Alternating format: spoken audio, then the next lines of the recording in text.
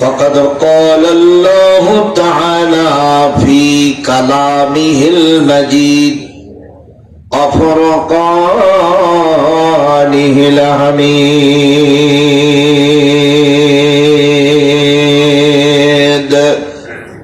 أعوذ بالله من الشيطان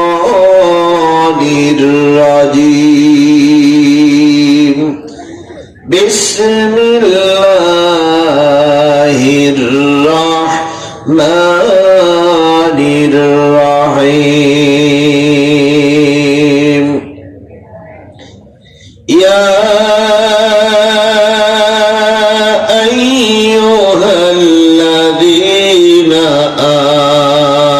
آمنوا هل أدلكم على تجارة تنجيكم من عذاب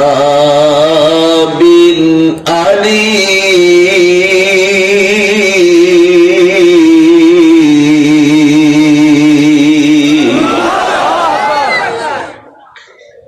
تؤمنون بالله ورسوله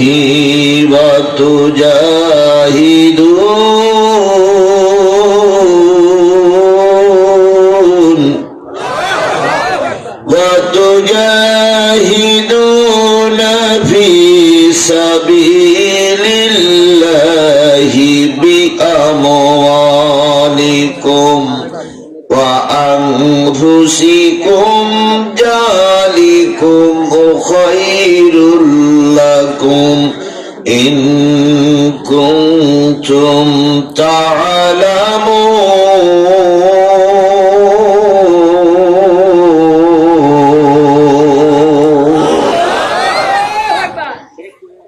يغفر لكم ذنوبكم ويدخلكم جنات تجري من تحتها الأنهار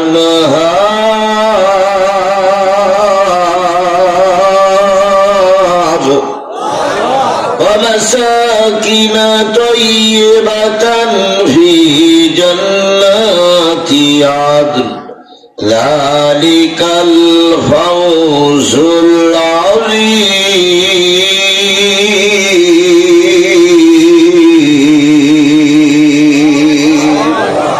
صدق الله المولانا العظيم.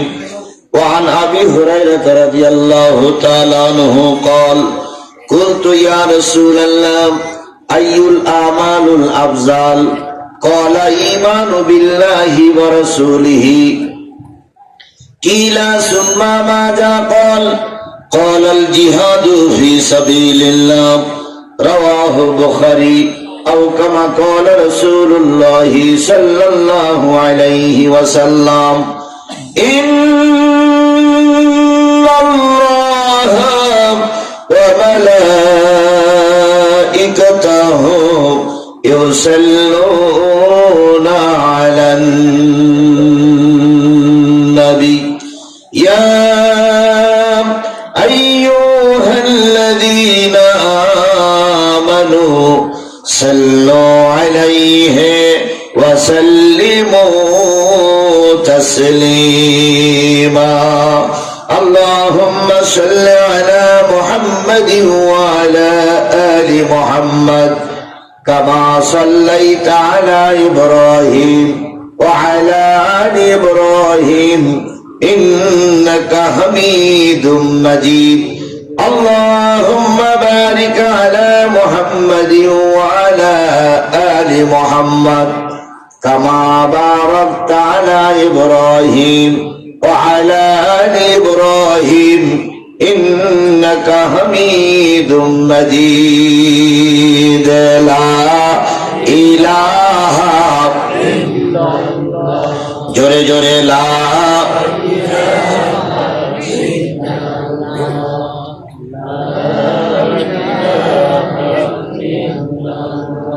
لا إله ইলাহা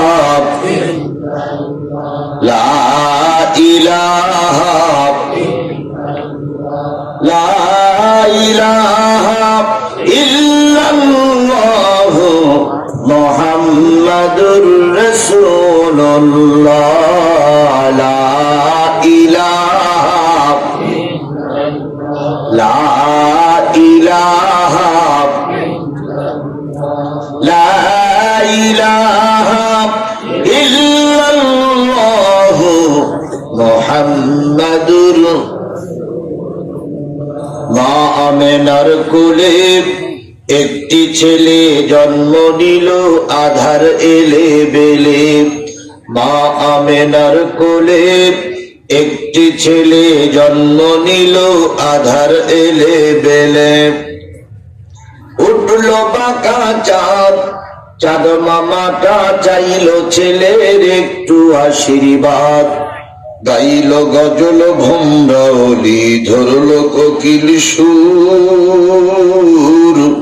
সুরের তোড়ে পাষাণ হৃদয় হলো যে ভাঙসুর বইল বাতাস শান্ত হয়ে লু হাওয়া যায় থেমে অত্যাচারীর বুকে কাঁপন যায় গো তারা ঘেমে মেঘ কেটে ঠিকই বেলা বাড়ে বাড়ে ছেলেটিও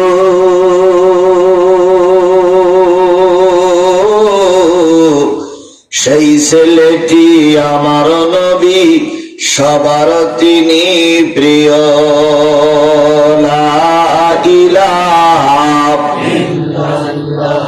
জোরে জোরে লা ইলাহা লা ইলাহা লা ইলাহা ইল্লাল্লাহ মুহাম্মাদুর রাসূলুল্লাহ।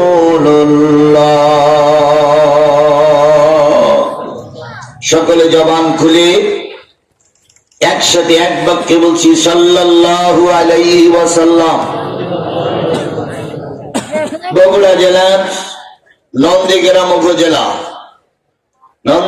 উপজেলার খ্যাংসর দারুল উলুম নুরানি হাফিজিয়া মাদ্রাসা ও এতিমখানা প্রাঙ্গণে অনুষ্ঠিত হচ্ছে একদিন ব্যাপী বিরাট ওয়াজ ও দোয়া মাহফিল। তারিখ হচ্ছে 26শে ডিসেম্বর 2024, 11ই পৌষ 1431 বাংলা, 23শে জমাদি উসানি 1446 হিজরি, রোজ বৃহস্পতিবার। আজকের এই ওয়াজ ও দোয়া মাহফিলের স্বনামধন্য সম্মানিত সভাপতি জনাব মোহাম্মদ সিরাজুল ইসলাম, সহকারী শিক্ষক RDA lab school and college Bogura. বিশেষ মেহমান হাফেজ মাওলানা মোহাম্মদ ইয়াকুব আলী, ইমাম ও খতিব ধাওয়াপাড়া কেন্দ্রীয় জামে মসজিদ শেরপুর বগুড়া। আজকের এই মাহফিলের সম্মানিত প্রধান অতিথি জনাব আলহাজ মোহাম্মদ মোশাররফ হোসেন ও জনাব মাওলানা মোহাম্মদ তায়েব আলী। মোশাররফ হোসেন হচ্ছে সাবেক সংসদ সদস্য, নন্দীগ্রাম কাহালু বগুড়া 4। আর জনাব মোহাম্মদ তায়েব আলী সাবেক চেয়ারম্যান উপজেলা পরিষদ কাহালু।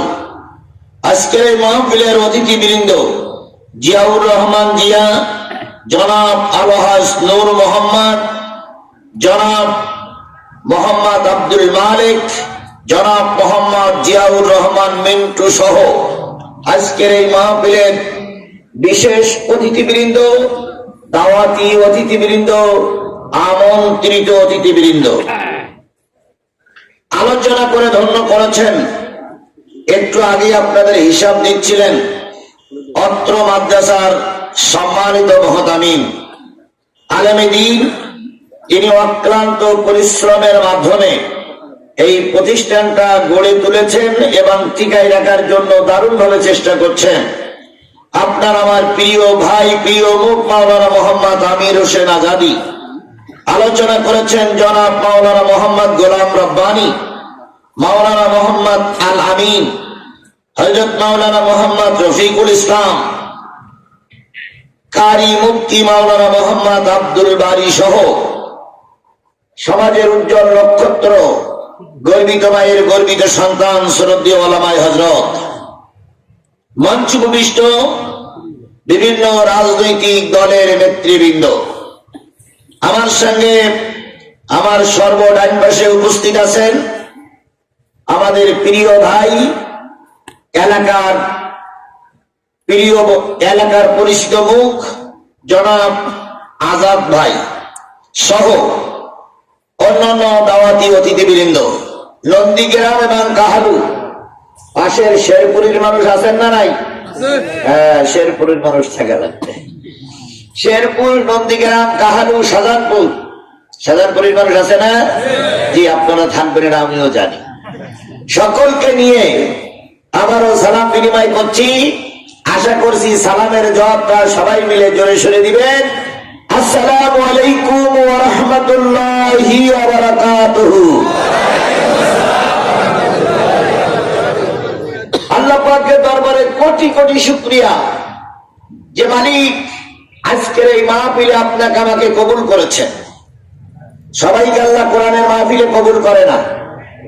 কারোর কবুল করে যাত্রা গানে, কারোর কবুল করে সিনেমায়, কারোর কবুল করে পুতুল নাচে, কারোর কবুল করে পয়লা বৈশাখে, আর কাউকে আল্লাহ পাক টেনে হেসড়ে নিয়ে আসে কিসের মাহফিলে? কোরআনের মাহফিলে। কোরআনের মাহফিলে আপনারা এসেছেন, এজন্য খুশি না বেজা? সবাই মিলে বলুন তো, খুশি না বেজা? বলুন তো, কোরআনের চাইতে দামি কিতাব আর পৃথিবীতে কিছু আছে? এই পৃথিবীর সর্বশ্রেষ্ঠ যিনি মালিক, সবার উপরে যার মালিকানা, তিনি কে? বলেন তিনি কে? এবার আল্লাহ রাব্বুল আলামিন হচ্ছেন আমাদের সকলের রব। কথা বলেন। হিন্দু, মুসলিম, খ্রিস্টান, বৌদ্ধ, জৈন, পাদ্রী, মুসলমান, সবাই রব কে? এবার বলুন তো, পৃথিবীতে যত মানুষ এসেছে সর্বশ্রেষ্ঠ মানুষটার নাম কি? সবাই মিলে বলুন, সর্বশ্রেষ্ঠ মানুষটার নাম কি? জনাবে মুহাম্মদ রাসূলুল্লাহ সাল্লাল্লাহু আলাইহি সাল্লাম। এবার বলুন, পৃথিবীতে যত ধর্মগ্রন্থ আছে সবচেয়ে দামি এবং সর্বোৎকৃষ্ট ধর্মগ্রন্থের নাম কি? আল কোরআনের উপরে আর কোন কিতাব পৃথিবীতে ছিল? বর্তমান আছে? নাই। তাহলে আল্লাহ শ্রেষ্ঠ, মুহাম্মদ সাল্লাল্লাহু আলাইহি সাল্লাম শ্রেষ্ঠ। কোরআন পৃথিবীর সর্বোচ্চ বাণী কিতাব। সেই কিতাবের কথা যারা শুনতে বসেছে, বিশ্বাস করুন তারা এই মানুষদের ভিতরে সর্বশ্রেষ্ঠ মানুষ। তাহলে আপনারা সর্বশ্রেষ্ঠ মানুষে দাঁড়াই আছেন কেন? আপনারা সর্বশ্রেষ্ঠ মানুষ, আপনারা কেন দাঁড়িয়ে আছেন? যদি মনে করেন হুজুরির আলোচনা শুনবই না, বড় একটা ইট ফেলাই বেরিয়ে চলে যান আপনারা। আমিও চিঠি পড়ি থেকে আপনারা বাড়ি যান। জি, শ্রেষ্ঠ কিতাব শুনতে গেলে কিছু ভদ্রতার পরিচয় দেওয়া লাগবে। কথা বলে ঠিক না? ঠিক। আপনি মানুষ হিসাবে যে শ্রেষ্ঠ, এটা প্রমাণ দিতে হবে। আপনি কোরআনের সঙ্গে বিয়াদবি করতে পারেন না। অবশ্যই আপনি আদবের লোক, সেই হিসেবে আপনাকে অবশ্যই কোরআনের মাহফিলে বসতে হবে যদি আপনি জাতি হিসাবে শ্রেষ্ঠ হন। লোকে বলে না ব্যবহারই বংশের পরিচয়, কথাটা বলে না ভাই? আপনি কত বংশের লোক তা দেখে না, দেখে ব্যবহার। আপনার ব্যবহারই বলে দেবে আপনি কোরআনের পক্ষের লোক না বিপক্ষের লোক। কোরআনের পক্ষে যারা থাকে তারা হয় নম্র, বিনয়ী, ভদ্র, উৎকৃষ্ট মানের, তারা আল্লাহর বান্দা। আল্লাহর বান্দা বিশৃঙ্খল হয় না। তাহলে আমরা কোরআনের মাহফিলে বসবো ভদ্রভাবে। এই কথা বলার পরে যদি কেউ চলিয়ে যায়, তাহলে বুঝতে পারে ঘাড়ে শয়তান ভর করে বসে আছে। আমি তো বলেছি কোরআনের মাহফিলে বসার জন্য, এরপরও যে কত চলে গেল বুঝতে হবে ওরা শুধু লাইভ দেখতে আসছিল, ওরা ভাবে শুনতে আসেনি। তাহলে এই অগণিত মানুষের দেশের ভিতর থেকে আল্লাহ আমাদের বাছাই করেছেন, যে আল্লাহ, সেই আল্লাহর দরবারে শুকর গুজার করছি। সকলে মিলে বলছি আলহামদুলিল্লাহ। আরেকটু জোরে বলুন তো আলহামদুলিল্লাহ। সব প্রশংসা তোমার আল্লাহ, তুমি প্রভু নিখিলের, তুমি রহমান, তুমি যে রহিম, কাজী রোজ মহাশরে।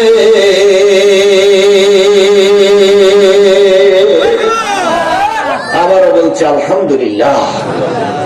সর্বকালের সর্বশ্রেষ্ঠ মহামানব, যিনি এই পৃথিবীতে এসেছিলেন কিসের বাণী প্রচারের জন্য? জোরে বলুন। এই দামি বাণী, এই দামি কিতাবের বাণী প্রচার করতে যেয়ে নবীজির জীবনের অনেক ঘাত প্রতিঘাত পার হতে হয়েছে। কথা বলেন ঠিক না বেঠি? আল্লাহর নবী সাল্লাল্লাহু আলাইহি সাল্লাম সবচেয়ে উৎকৃষ্ট মানের লোক ছিলেন, ভালো মানব ছিলেন।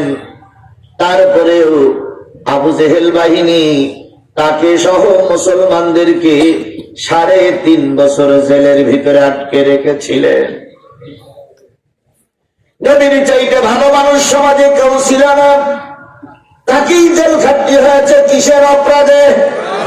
কোরআন বলার অপরাধে। বলুন তো, নবী জেলে গিয়েছিলেন কোন নারীর সঙ্গে অবৈধ সম্পর্ক রাখার কারণে? নাউজুবিল্লাহ, আল্লাহ মাফ করুক। বলুন তো, নবী জেলে গিয়েছিলেন কোন জমি ফাঁকি দেওয়ার অপরাধে? নবী জেলে গিয়েছিলেন কোন মিথ্যা মামলার অপরাধে? নবী জেলে গিয়েছিলেন কিসের জন্য? আরো জোরে বলেন, কিসের জন্য? এইটুকু বুদ্ধি কেন মুসলমানের হয় না?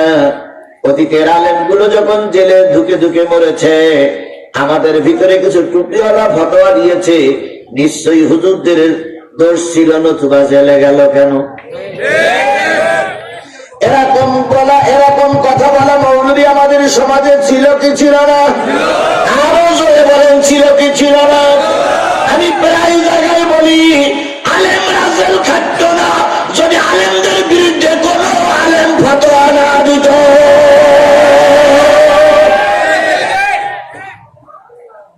এখনো একদল আলেমদের কারণে দিন প্রতিষ্ঠার ব্যাপারে বাধা হয়ে দাঁড়িয়েছে। একদল হুজুরদের এখনো বিবেক ফিরেনি। তাহলে আল্লাহ নবী জেল খাটলেন কিসের অপরাধে? কোরআন বলার অপরাধে। আজকেও কিছু কিছু আলেমেরা কোরআন প্রতিষ্ঠার অপরাধে, কোরআন বলার অপরাধে জেলে ঢুকে ঢুকে মরেছে, এখনো মরতেছে। আল্লাহ ভালো জানে রক্তপাতের শেষ কোথায়। ও আমার জাতি, 52 বছর পরে একটা সুযোগ তোমরা পেয়েছো।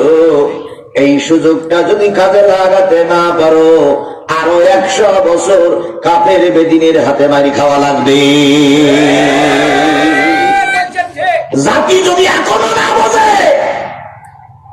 খালি জাতির এখনো অনেক বছর রক্ত দেওয়া লাগবে। কথা বলেন ঠিক না বেশি? শুধু নবী জেল খাটলেন কিসের অপরাধে? আরো জোরে বলেন। এখানে অনেক ভাই জেলে গিয়েছিলেন। জেলে গেলে পানি পাওয়া যায়, জেলে গেলে রকমারি খাওয়া পাওয়া যায়, জেলে গেলে বাইরের থেকে টাকা লাগানো যায়, ভিতরে টাকা পয়সা থাকলে কোনো সমস্যা হয় না। আর তোমার আমার নবী যখন জেলে ছিল, নবীজি নিজেই বর্ণনা করেছেন, বাইরের সাহাবীরা শোনো, 3.5 বছর জেলে ছিলাম। অনেক সময় খাওয়া জুটতো না, খাওয়া হতো না। গাছের ছালগুলো চিবাইয়ে চিবাইয়ে খেয়েছি, শুকনো চামড়া গুলো চিবাইয়ে চিবাইয়ে একটু নরম করে পানি দিয়ে গিলে ফেলেছি। আমাদের যারা সঙ্গী সাথী ছিল, কারোর 7 দিন 8 দিন পর্যন্ত পেশাব হতো না, কারণ বাইরের পানি ভিতরে না ঢুকলে পেশাবের প্রশ্নই ওঠে না। সাহাবী আজমাইনগণ পায়খানা করেছে, ছাগলের পায়খানার মতন শক্ত পায়খানা হয়েছে। কত কষ্ট করেছে নবী, শুধুমাত্র কি প্রচারের জন্য? আর জোরে বলেন, দিন প্রচারের জন্যই শুধু নবী কষ্ট করেছে। সেই নবীর নামে আজকে দুরূদ আর সালাম দিয়ে শুরু করছি। সকলে মিলে বলছি সাল্লাল্লাহু আলাইহি ওয়াসাল্লাম। এক কালেমায় রুটি রুজিয়ার, এক কালে মায়ে ফাঁসি, এক কালে মায়ে রুটি রুজি আর এক কালে মায়ে ফাঁসি। কোন কালে মায়ে থাকবে তুমি জানাও জগতবাসী, এক কালে মায়ে, এক কালে মায়ে রুটি রুজি আর এক কালে মায়ে ফাঁসি। বলুন তো, নবী কষ্ট করেছিলেন তবু কি কারোর কাছে মাথা নত করেছিলেন? হকের পক্ষে থাকলে, সত্যের পক্ষে থাকলে আপনি যদি একা হন, নন্দীগ্রামের মাটিতে আপনি একা কথা বলবেন, বাতিলেরা ময়দান ছেড়ে দেবে। কারণ জানেন নেতা বাতিলের কাছে মাথা নত করে। আল্লাহ রাসূল সাল্লাল্লাহু আলাইহি সাল্লামের জামানা কেবল তিনি কালেমার দাওয়াত প্রচার করছেন, ঠিক সেই সময় ইয়েমেন থেকে এক ভদ্রলোক আসলেন একটা উট বিক্রির জন্য। কি বিক্রির জন্য? উট বিক্রির জন্য। এখন উটটা এনে মক্কার পাশে দিয়ে বলতেছে, ভাইকে উট কিনবেন, ভাইকে উট কিনবেন, ভাইকে উট কিনবেন। এমপি মন্ত্রীরা বলতেছে আমাদের কেনার ইচ্ছা, কিন্তু আবু জেহেলের বিরুদ্ধে যে যদি উট কিনে তাহলে আমাদের একটারও চাকরি থাকবে না, কারণ বড় শয়তান যা করে সেটাই আমাদের মেনে নিতে হয়। বিগত 16 বছর কিন্তু ওই কায়দায় গেছে। বড় শয়তানেরা যেটা বলিছে ওটাই আইন। কথা বলেন, কথা বলেন, কথা বলেন। এখন ওদের পক্ষে দালালি করা অনেক লোক কিন্তু কায়া পায় নাই, এখন তুমি বলিস বিরাট একটা তাসবিহ এসে মনে হচ্ছে যে জান্নাত থেকে পালাই আইছে আল্লাহর ওলি। সে লোকগুলো কি এর ভিতরে আছে? আছে, আমি দেখতেছি, আছে না? আমি দেখতে পাচ্ছি। আপনি আমার চোখে চেহারাই দেখতে পারবেন না, কারণ আমরা, আপনারা অনেকবার আমার মাহফিল থেকে নামাইতেছেন, অনেকবার আপনারা আমার মাহফিল উঠতে দেননি। আপনারা ভালো করে চিনি, ভালো করে চিনি, ভালো করে চিনি।